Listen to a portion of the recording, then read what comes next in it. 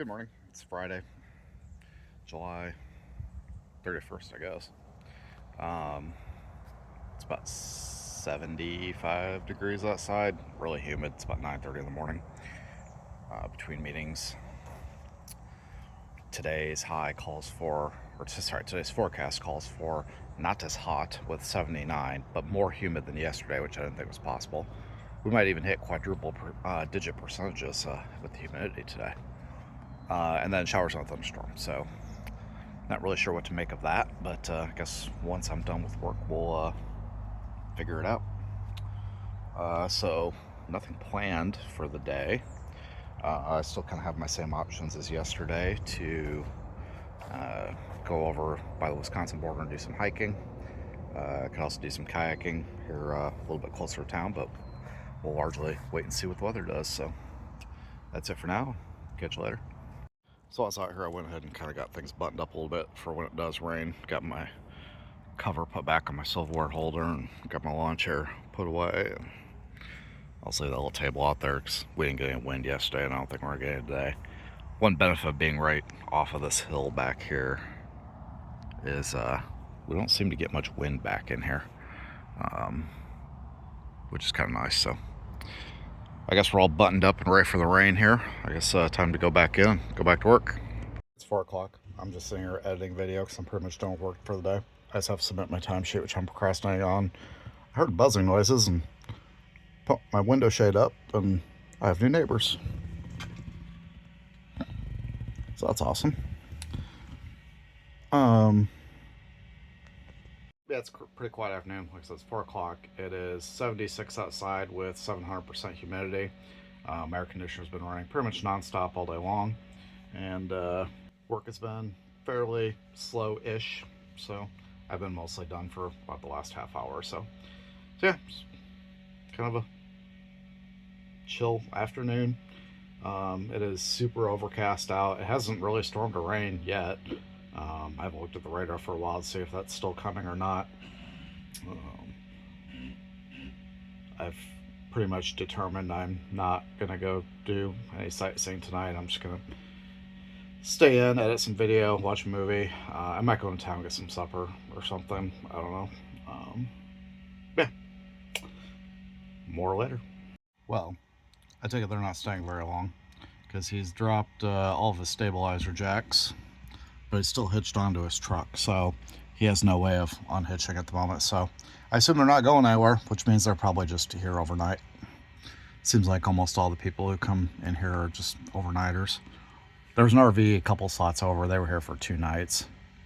And that big fifth wheel right on the other side of this guy, the one with the 3 golden doodles, I have not seen hide or hair of them in 2 days, but the number of dog poop bags on their back step is increasing, so they must be going out when I'm not looking.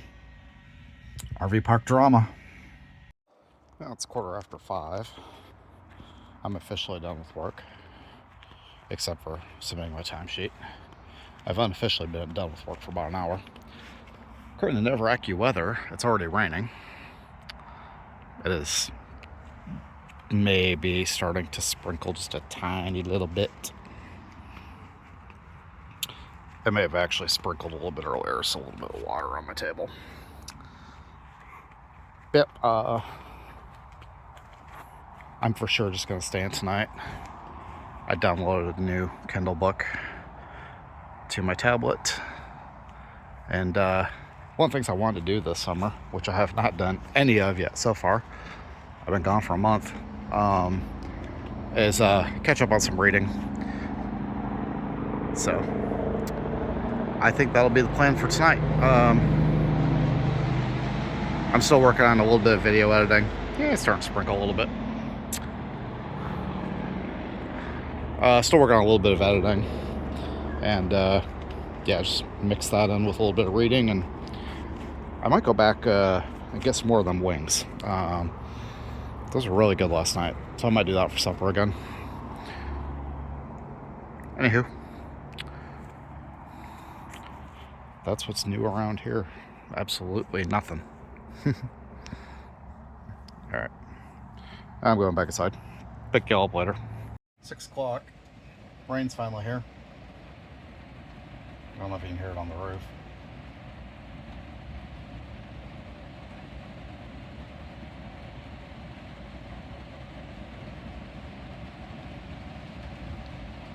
Nothing too exciting in here, just editing some video.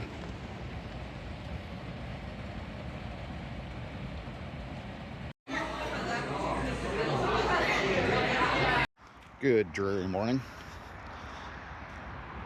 It's about 9 o'clock, Saturday, August the 1st. It was raining earlier. Today's forecast calls for cool, humid morning rain and an afternoon thunderstorm.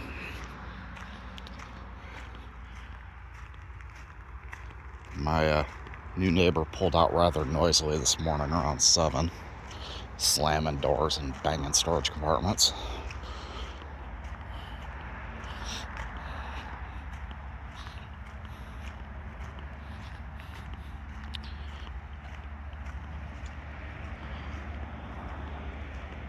Everything around here is soaked.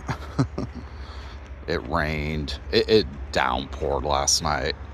I went into Gladstone for supper and drove back in blinding rain. Couldn't hardly see the road in front of me. So yeah, everything around here is soaked.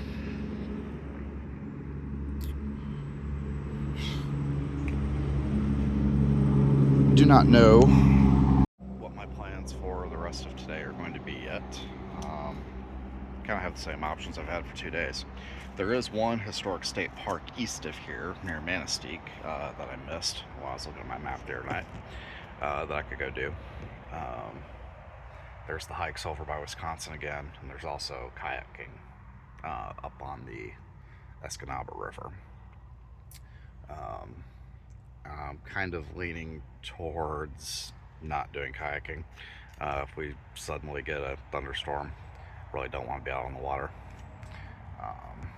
So same, I don't know, I'm getting a little stir crazy just sitting around camp. Been doing that for 2 days straight, so I'm ready to get out and go do something, but I also don't want to be out hiking in the middle of the woods somewhere and suddenly it starts raining. So so I'm not quite sure what I'm going to do yet. I think first maybe some breakfast and then I'll probably go over and take a shower and get some of that kind of stuff out of the way. I need to take my garbage out, and I also need to dump my gray tanks. I don't have this camper hooked up to the sewer line at all, and I'm leaving tomorrow, by the way, and there's a little bit of gray water in the gray tank from washing dishes and such, so go ahead and get that dumped out here today, so it's one less thing I have to do tomorrow. Yeah, I don't think I know much else. Pick you up later when I make a decision on something. My plan is to have a plan. Alright, it's 11 o'clock. 68 degrees outside. My air conditioner keeps kicking on in here. That's just how humid it is out here. It's looking like the rain is mostly done. I've just been inside editing video and catching up on some of my favorite YouTube channels. Most real YouTubers film in advance and edit in advance and post videos on Saturdays, but I'm not a real YouTuber. I just film as I go and edit when I can and mass upload, typically on weekends, which is what I've been doing lately. Just walked over to use the bathroom here a minute ago, so once I finish editing this next video, I'll go decide what I'm going to go do for the afternoon. Still a chance of isolated thunderstorms this afternoon, but for as long as I'm out here, I got my butt inspection gloves on. I saw a man in Carol and Stefan's bedroom, a white man a little older than Dad, and he was wearing butt inspection gloves. And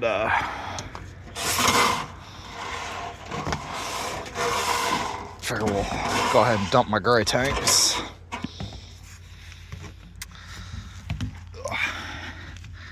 That used to be 2 handles.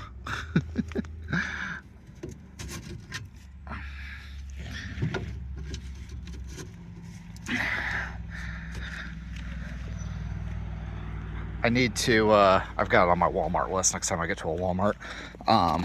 They make a proper adapter for these sewer hoses that actually hook on there properly and create a seal so you're not just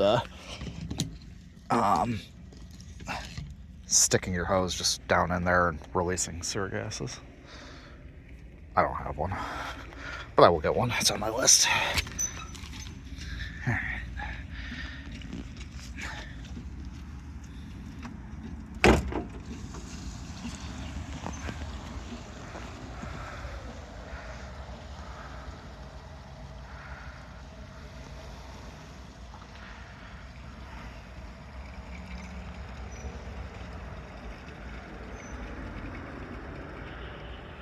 This will only take a minute. There's not much water in that gray tank.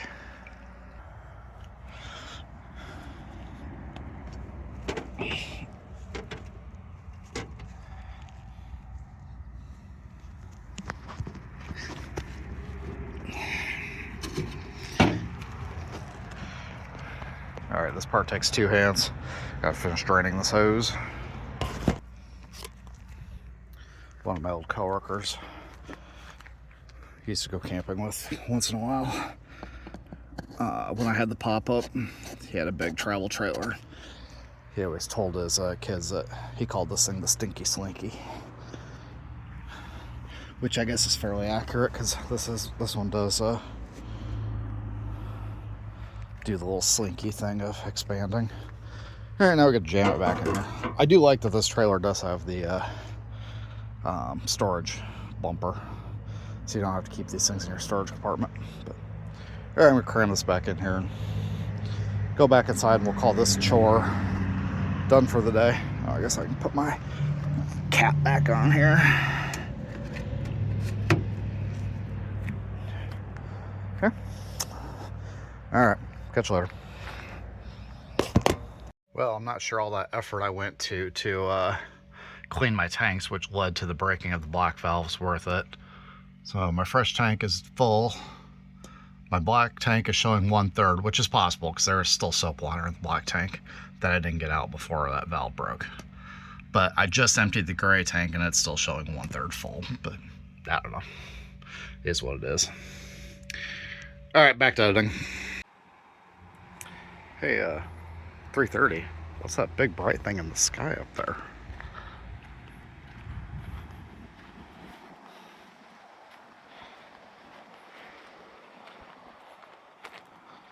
I am almost caught up on editing. I got finished with the Pierce Gorge video. I thought that one was going to be short. I got it all assembled and it was showing like 22 minutes. I'm like, oh, that's not too bad. Because I was very purposefully not recording like every minute of the hike. I'm like, oh, that's pretty good. And then I got through editing like 22 minutes of it, and I was only at the second pier. I'm like, well, what happened to the rest of the footage? I found it was all my computer, it just didn't import correctly into Shotcut. So I imported the rest of it, and then it went back up over an hour. And then, like 3/4 of the way through, the audio just suddenly quit. Like, well, I did a lot of hiking that day, and I think those microphone batteries are only good for a few hours. It's like, okay, that explains that. It's like really annoying that I don't have an audio meter. And so yeah, oh well. So I started doing some voiceover, and I cut out some footage that really wasn't that great anyway. And then for the kind of end of the hike, I just did some generic music. But then, like, in the middle of all the no audio, one clip had perfect audio. Like, the microphones just decided to reconnect. It is weird. I don't know. I don't get it. So I'm sitting here Googling and asking some AI about it. And one of the AIs recommended a different camera app. The one I'm using right now. So we'll see if this goes any better. Open Camera, which was the last one that AI recommended, was awful. I don't have any microphones on right now, by the way, so it's kind of breezy and I'm sure you're hearing it. It was terrible. The footage was darn near unusable. The image stabilization sucked. If I turned it off, it was horrible. If I turned it on, it was slightly less than horrible. So this one actually looks like it uses my phone's hardware image stabilization, which Open Camera apparently did not. I don't know. I don't understand enough about it, but anyhow. So we'll see if this one goes any better, but it does at least have a little audio level, so I can see that just looking at my screen how well, or that I am capturing audio. It's got a ton of options, so it's going to be very easy for me to accidentally click on things. I don't really particularly like the zoom slider, but we'll try it, see how it goes. I'm getting really tired of now, like 2 videos this week, just audio disappearing and then having to do voiceovers. So anywho, it's like 3:30 now. So anyway, yeah, that video's done. I have one very short one from Thursday night when I kind of walked around Gladstone for a little bit. That's probably gonna be like a 15-minute video that I'll compile and edit up quick.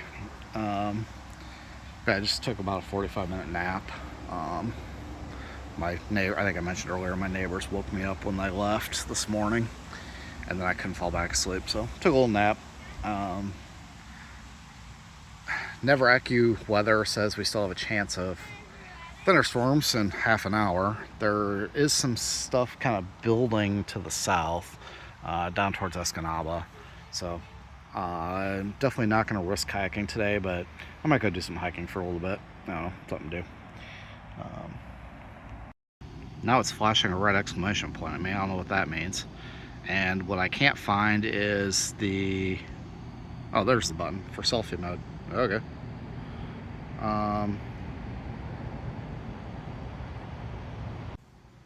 Yeah, no, it's now it's not. It was flashing a red exclamation point at me before, so this app's going to take a little getting used to. I'm going to try to hike with it a little bit just to see how the stabilization looks. But yeah, now I'm just rambling and complaining and annoyed with my phone. So, yeah.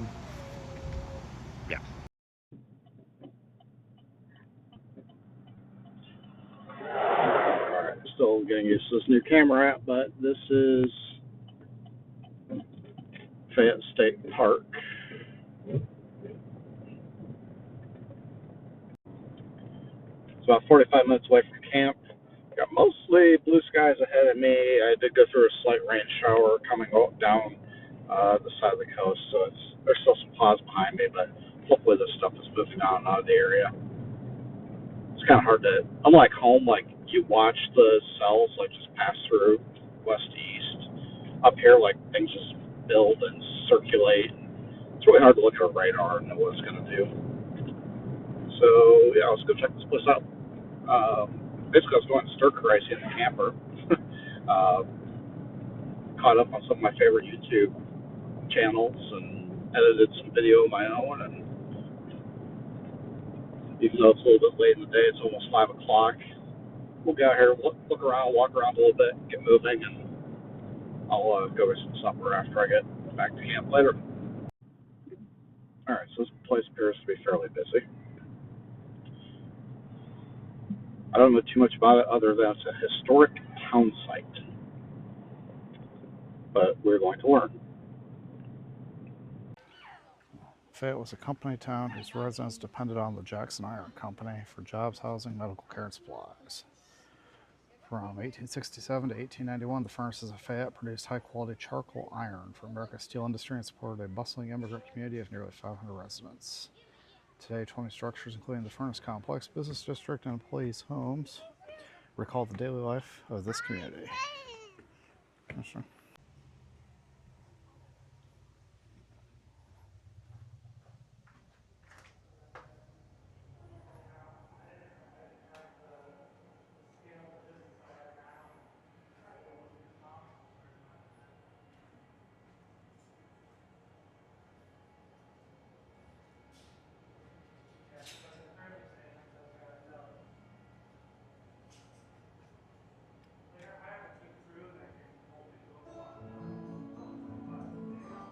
In 1867, just 2 years after the end of the Civil War, the Jackson Iron Company iron-smelting iron here at Snail Harbor on Lake Michigan's Big Bay Line.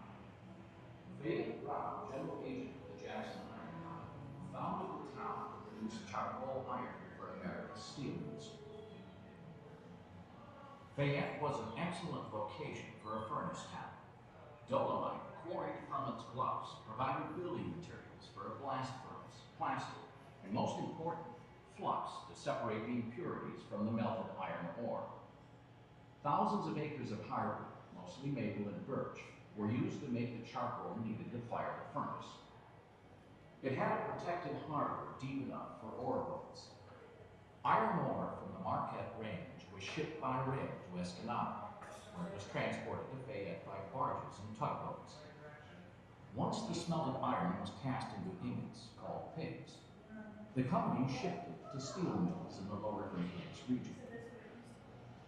In its first year of operation, the furnace complex also included workshops, storage sheds, and shipping docks. By 1870, the company built a second furnace to increase production. Fayette now included a company office, sawmill, stock barns, modest housing for its workers, and a comfortable home for the superintendent. The charcoal and lime kilns were next to the furnace complex. The company built other charcoal kilns and homes for the colliers who worked in the forests surrounding Fayette. Eventually, more than 80 kilns supported the furnace operations.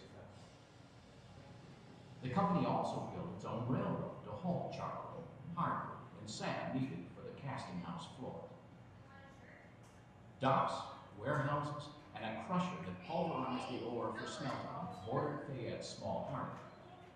Schooners, such as the company-owned Fayette Brown and J.B. Kitchen, transported the pig iron to other ports on the Great Lakes. At the town's peak, nearly 500 people lived in or near Fayette. Most of the workers were immigrants from Canada, the British Isles, and Northern Europe. In addition to the company's store, meat market, and barber shop, the community boasted a shoe repair shop, a schoolhouse, a Catholic church, and a music hall, where the Fayette Cornet Band and traveling performers entertained. Just up the hill were a baseball field and a half-mile track for horse racing.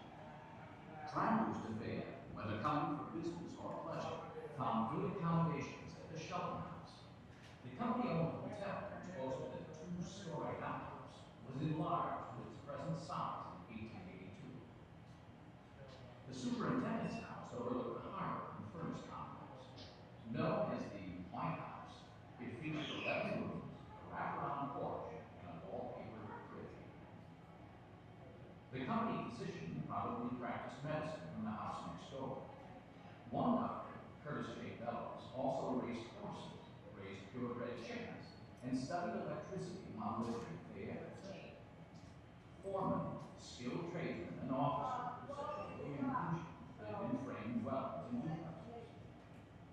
Fayette's middle-class workers earned between $600 and $1,200 a year, and typically paid the company a house rent of $5 per month.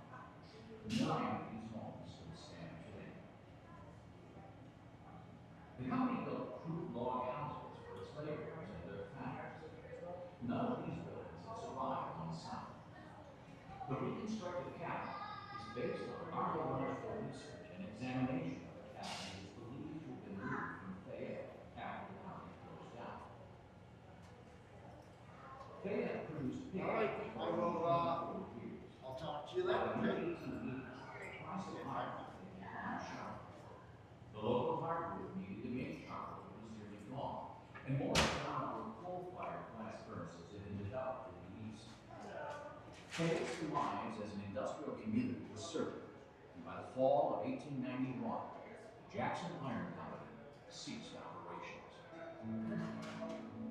Although Fayette continued as a modest commercial fishing and resort community over the next 60 years, in 1959, the state of Michigan acquired the townsite and surrounding property for development as a historic state park. Through careful restoration, Fayette today is a remarkable example of a 19th century industrial community and company town, showcasing America's industrial heritage. The Michigan Departments of Natural Resources and History, Arts, and Libraries invite you to explore Fayette. Discover the men, women, and children who lived and worked here. Imagine the sights, sounds, and smells of a bustling iron smelting community long ago.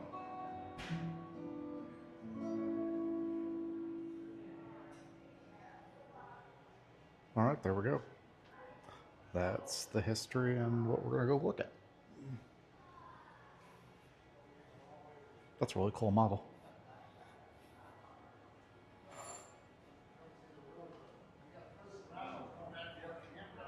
That's just a gift store over there.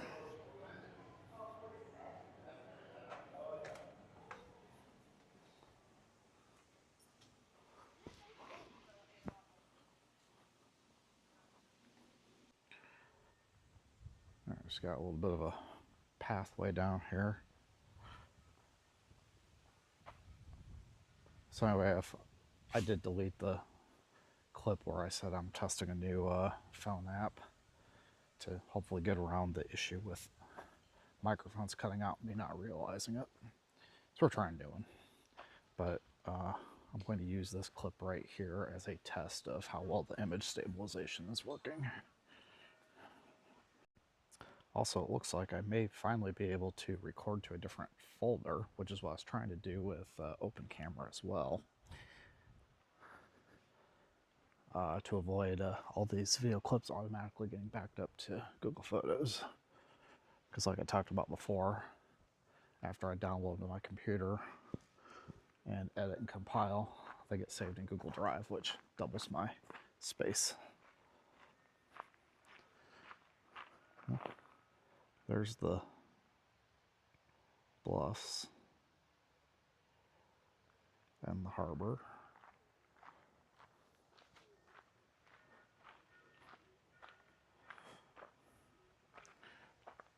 I'm glad I looked at that diagram of that diagram up there. That really helps. So we're up here. So the industrial district, and the smelters and all that are right in front of us. Then you got the town.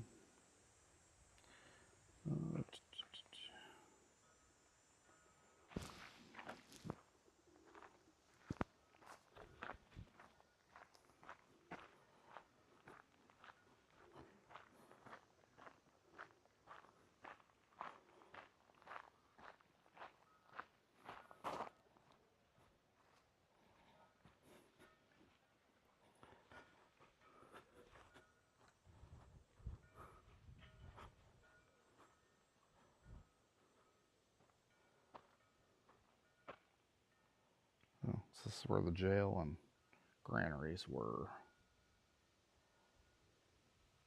Small wooden jail was constructed near the site at the base of Furnace Hill. There are a few recorded instances of its use, although Fayette experienced theft, drunkenness, brawling, and even vigilante justice. In 1879, the meat market was twice vandalized. A wagon and team were stolen from the hotel hitching post, and an unfaithful wife fled town with the family savings.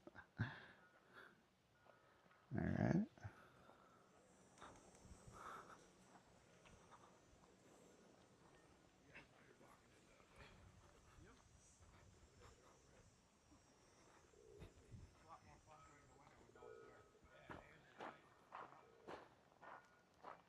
This was the Locomotive House.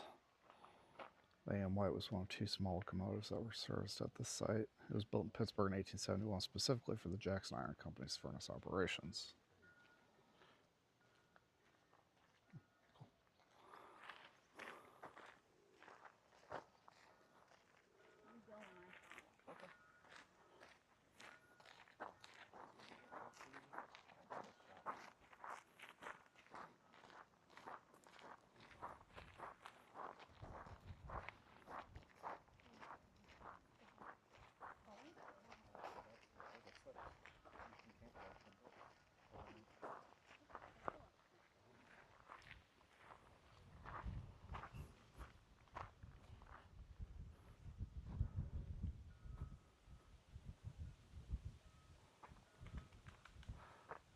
There has been a water pipe laid from the furnace through the streets as far as the barn so that water can be had in case of a fire at a hydrant near the store.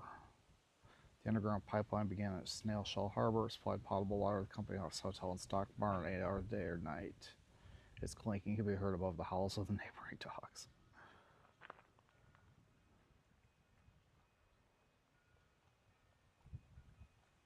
Okay.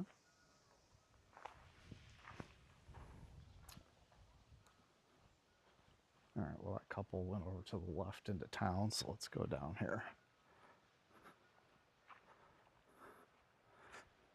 Yeah. Historic site and modern super yachts.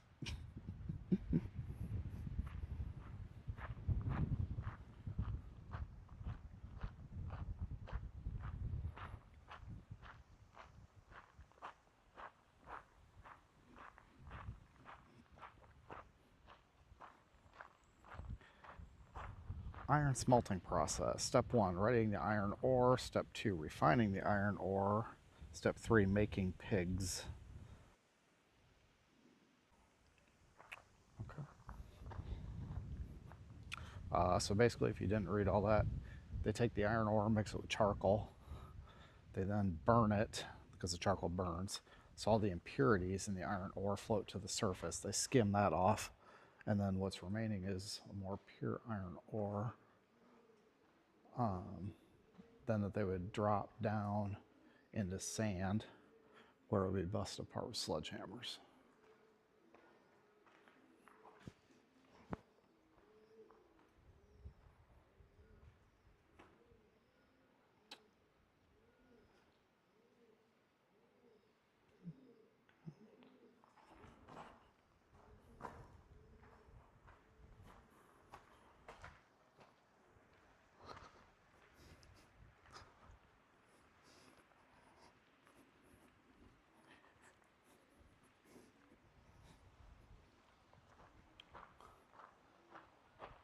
Quite the view out here.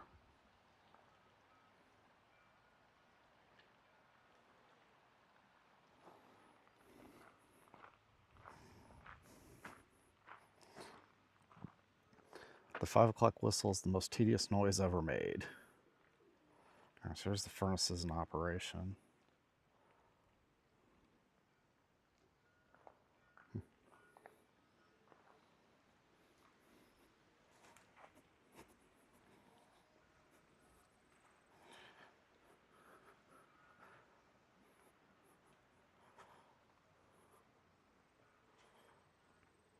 So yeah, these two tall buildings in the center were the furnaces.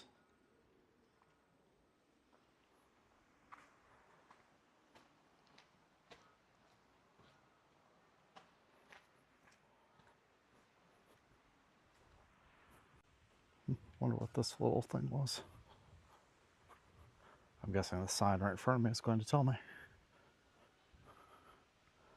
Charcoal storage, maybe?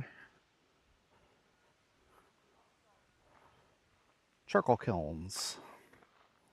A row of charcoal kilns manufactured fuel for the blast furnaces. The company also contracted with private operators to provide charcoal from other Garden Peninsula locations.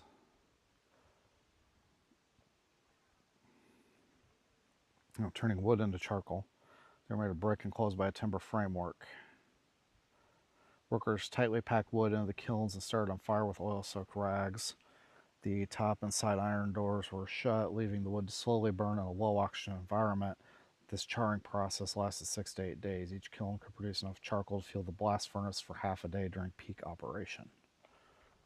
Okay. That's interesting.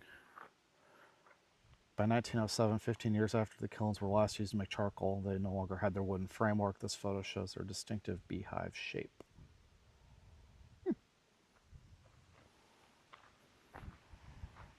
Also, I did not know that's how charcoal was made. I wonder if that's like the same process used for like charcoal I put in my grill today.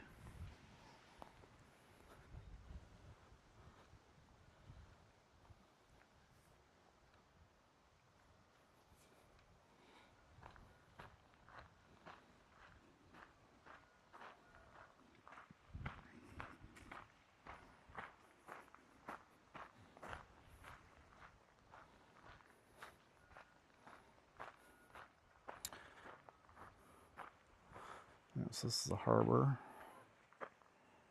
All that remains of the dock that span the entire harbor are the timber pilings emerging from the water.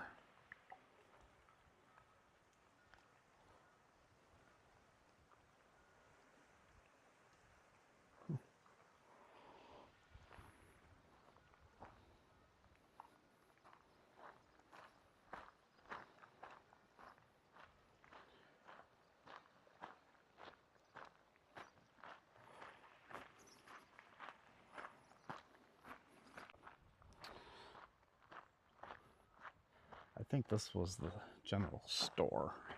I think. I'm guessing the signboards are on the other side. And then, if I remember right from the diagram, up on that hill was some of the housing.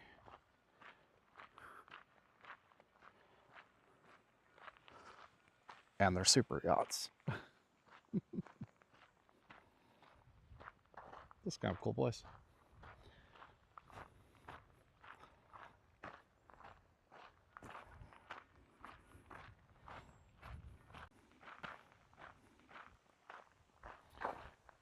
Alright.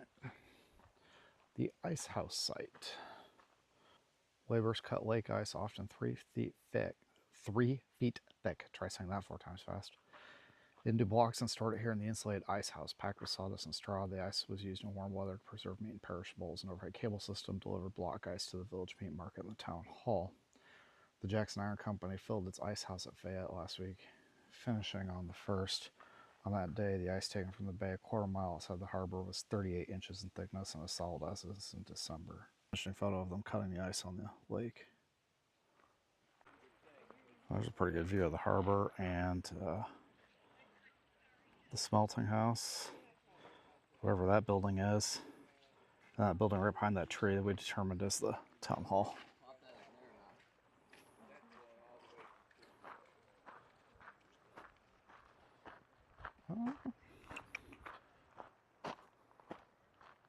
Let's we'll go down along the water here first. That's not a bad view either.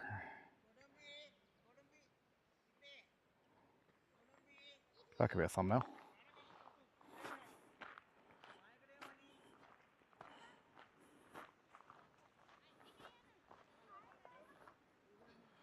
All right, this is the sawmill site. The first sawmill burned in 1871. They built another one. That's interesting. In 2004, a harbor dredging operation brought up a log that sank before reaching the sawmill. Analysis by MSU Forestry revealed the 17-foot red oak log was 204 years old when cut. The photo shows marks and pointed end from a woodsman's axe. Interesting. Okay.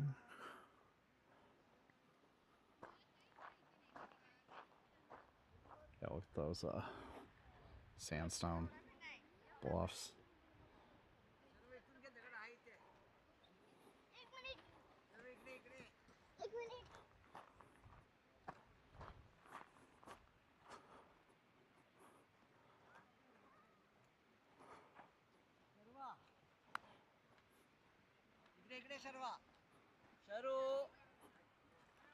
Warehouse locations.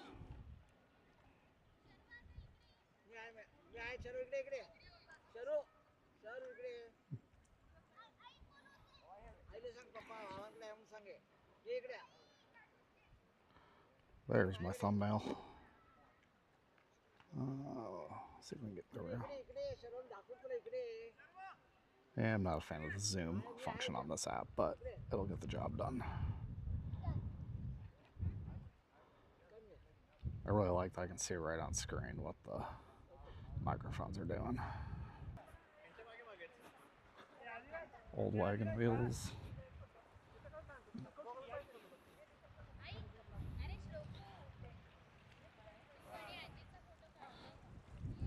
I really hope that's goose shit I just stepped in and not dog shit.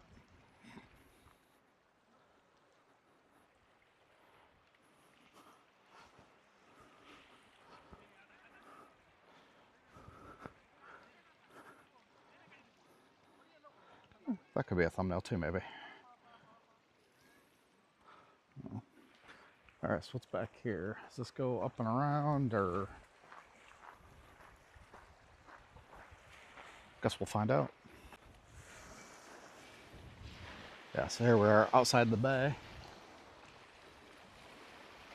And there's that little bell buoy.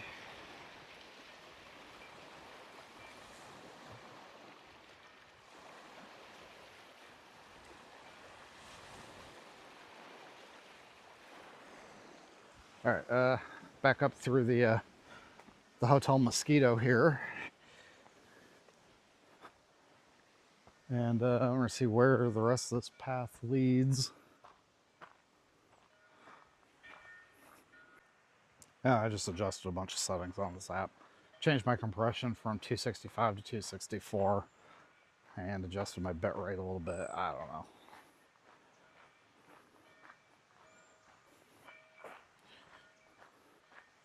I don't know if it makes any difference or not at all. I thought my videos looked a little bit better after I changed it from, on the old app, the default from 30 to 60 frames per second. But I cannot find an FPS setting on this app, so I don't know what it's generating it with. Oh, well, the little thing in the corner tells me I'm recording at 24 FPS. Well, how did I get to that setting? I mean, this thing does have a lot of information on the display, I'll give it that, but my shutter speed is 1/60th, ISO 66. I'm at, oh, it even gives me my tilt angle. Oh. Yeah. I see buildings up here. There are quick launch buttons to change the zoom level, but I don't like the way it flashes on screen. I don't know if it's doing the same in the recording or not. Okay, there we go. I think I've figured out how to change the FPS manually, so it's now set to 60, which is what I've been doing. All right, so we got, I don't know, let's go this way.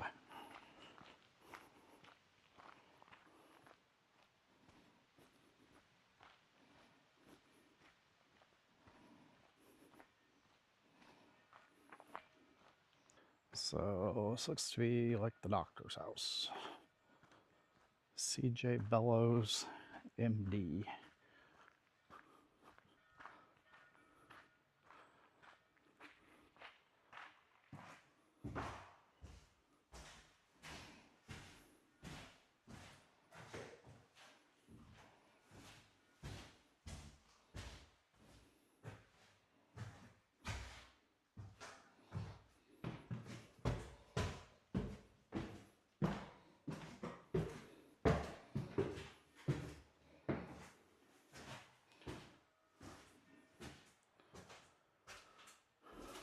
Parlor, 1880.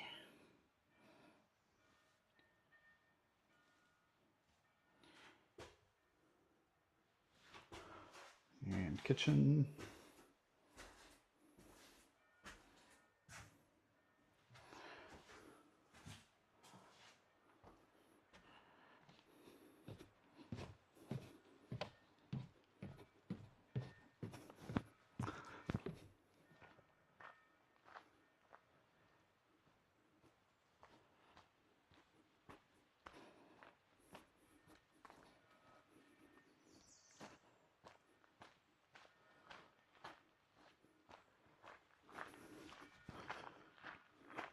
I think we missed a house back there, but oh well.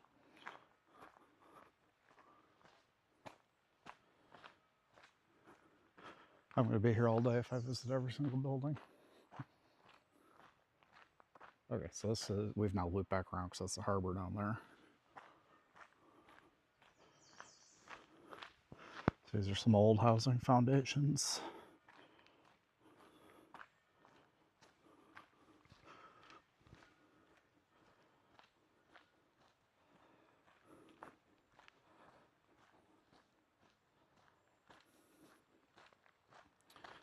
All right, this was the boarding house.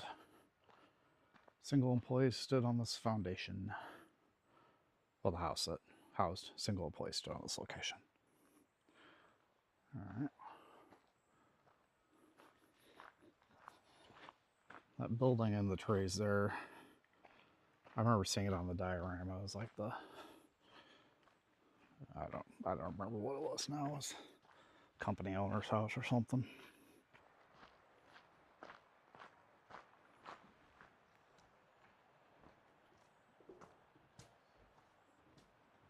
Yeah, maybe it's over here. These are real shutters now. This was the superintendent's house. Parlor reception for newlyweds.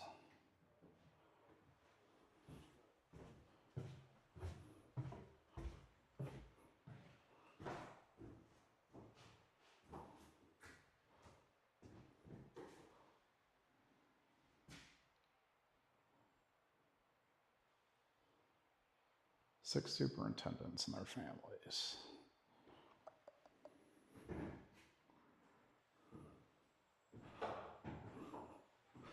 And grandest house of them all. They have the view.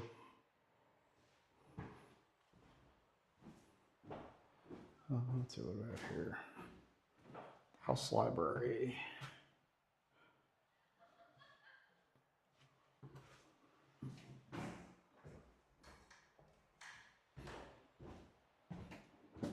Kitchen.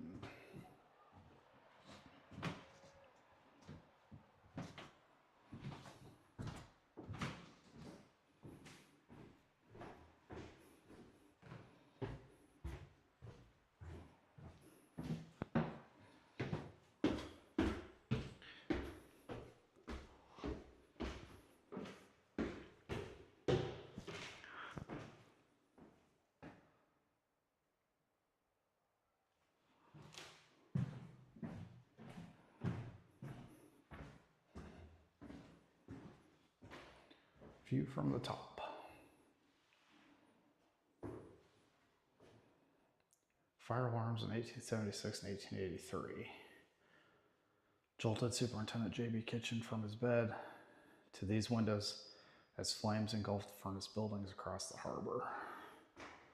And yeah, there's the...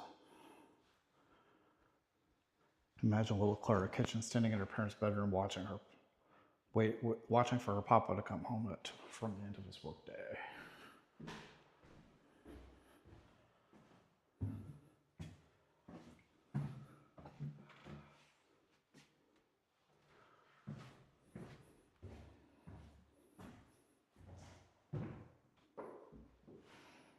And there's more bedrooms back there that are closed off by plexiglass.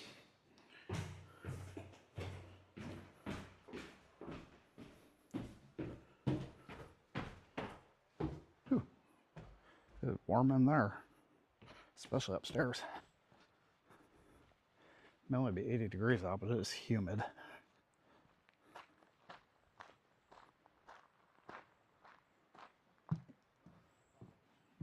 Information on preservation.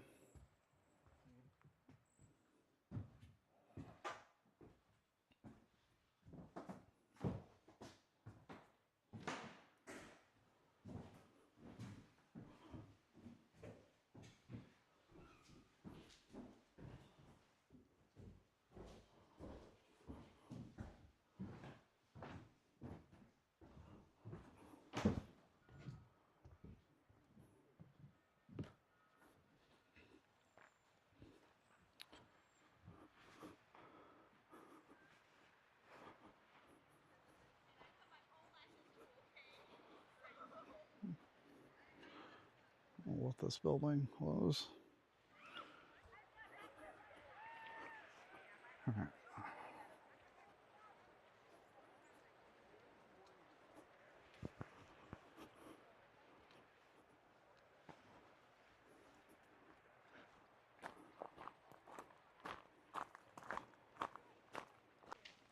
Well, I just grabbed a map, and wherever that house I skipped wasn't even on it, so must not have been that important.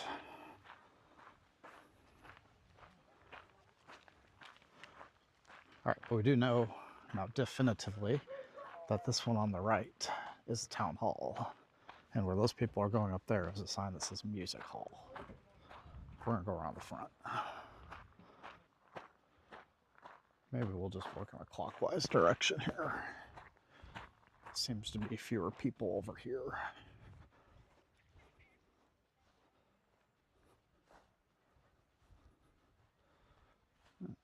Do not enter.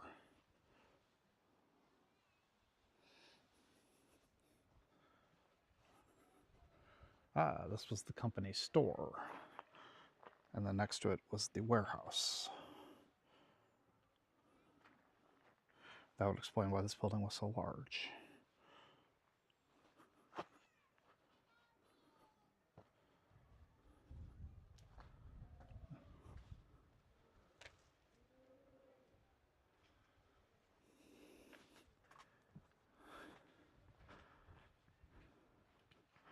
I wonder, did it burn at some point?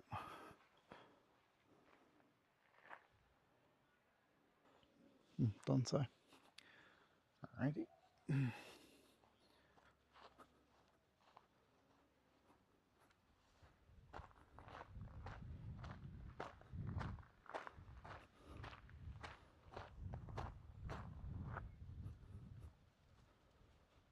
And Blacksmith.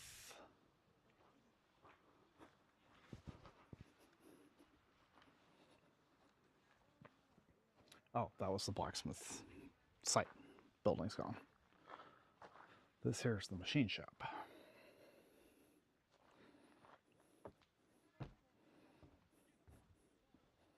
Oh, this is cool.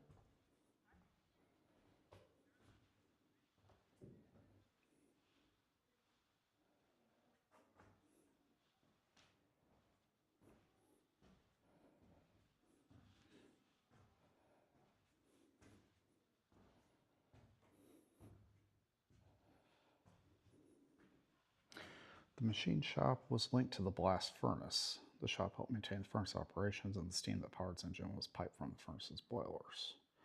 The steam pipe from the furnace entered the machine shop through an opening in the foundation where it connected to the engine. Oh, interesting. Okay.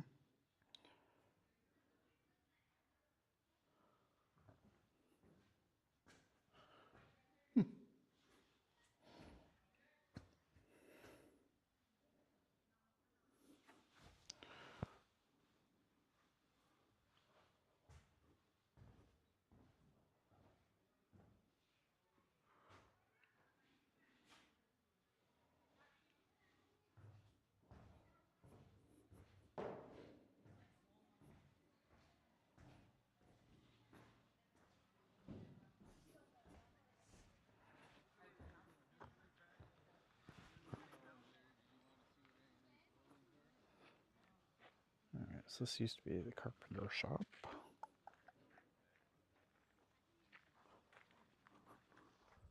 Stock barn. Got a pretty view of the town back here.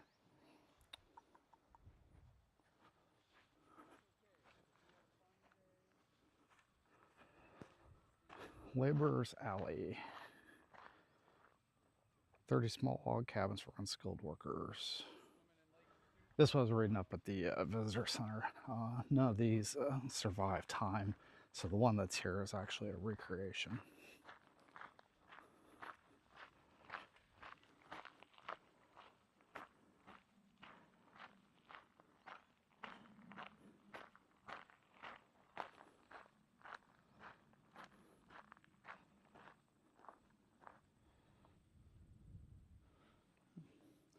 I really have zero interest in archaeology. I think it's really cool what they do to unearth this history, but I have more interest in the history than how they found the history.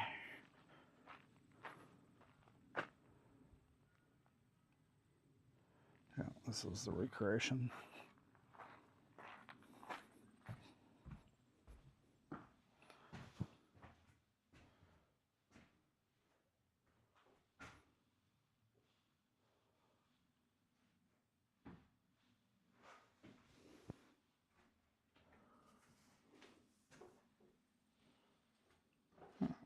Root cellar.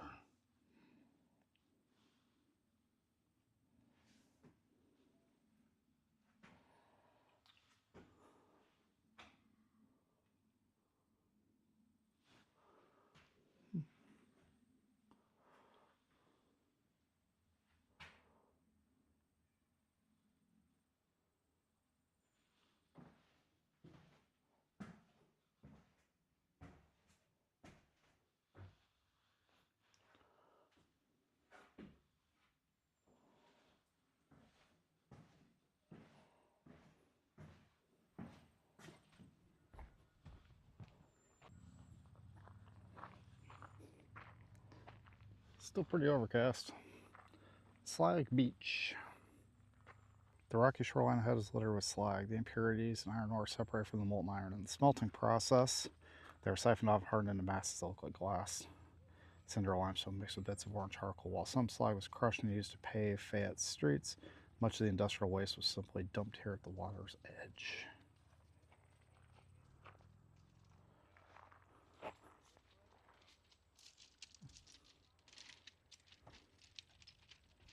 Cool.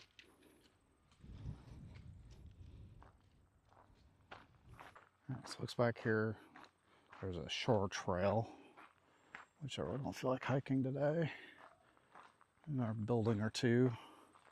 But I think we're gonna cut over here, catch the other half of town. Coming up on 6 o'clock. Yeah, let's just cut back here and see what's up here.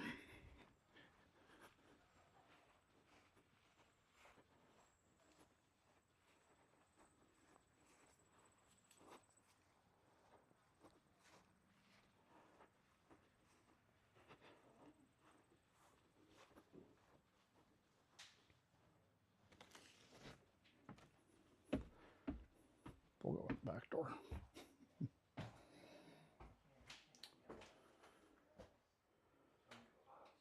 Housewares.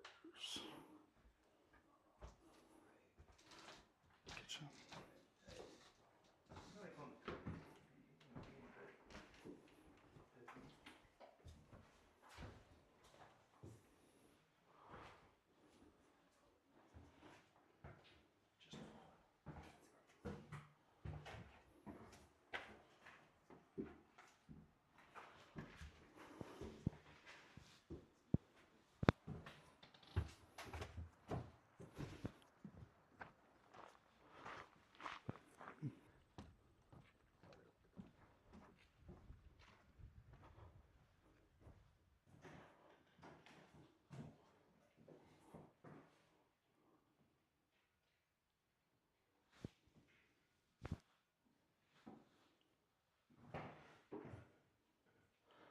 So I think these are just generic houses, but this whole exhibit here is about kids.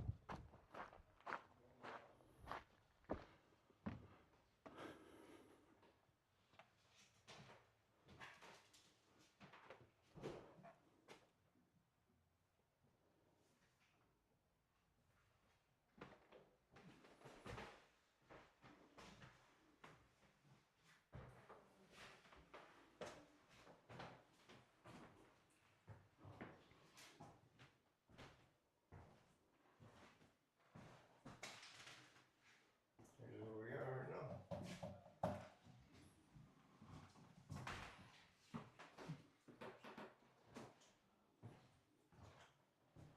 The Model Ts and everything's poured up to the foot.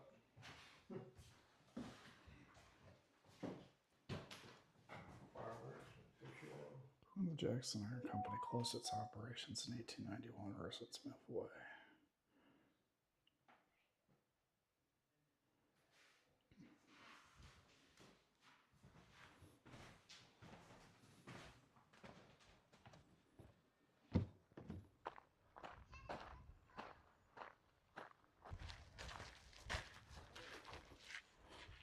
Tours start here.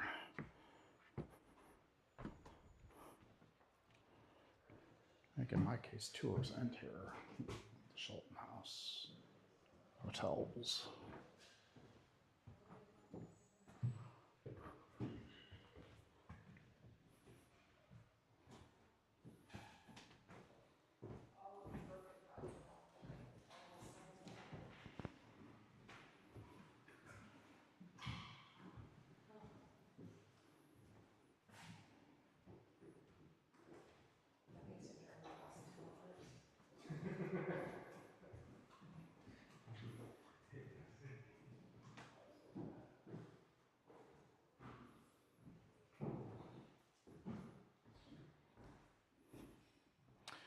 more about the archaeology of this place.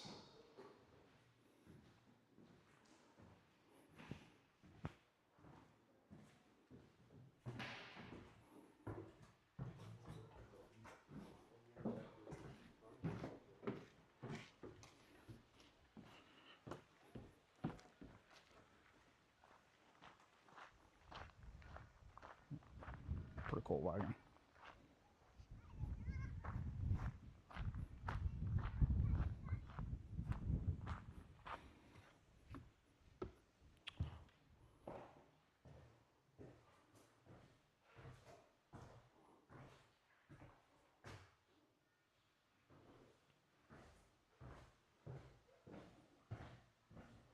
Yeah, company pay office. I was gonna guess bank.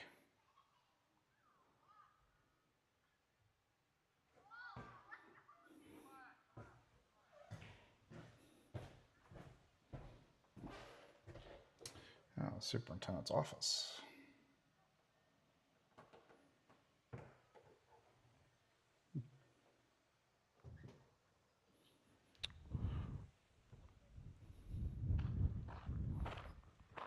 All right. So that is the historical company town of Fayette.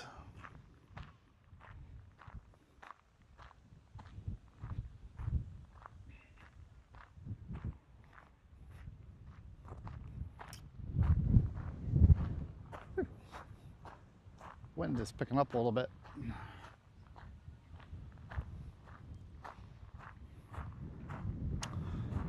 The backside of these furnaces is, I believe this is the boiler room. One of the signboards I was reading, since this was a company town, most of the businesses in town were owned by the company. Very few select non-company businesses were allowed.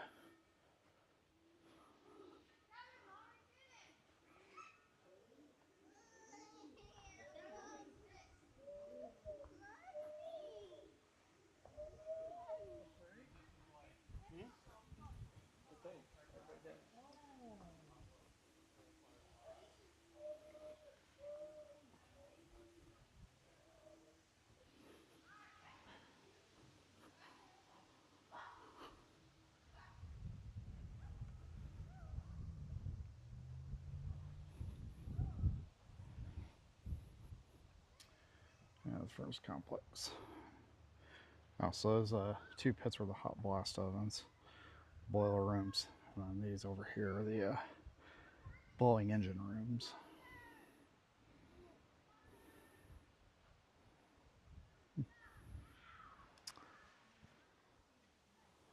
Alrighty. Well, I'll make my way back up the hill. Catch you later. Editing Kevin here.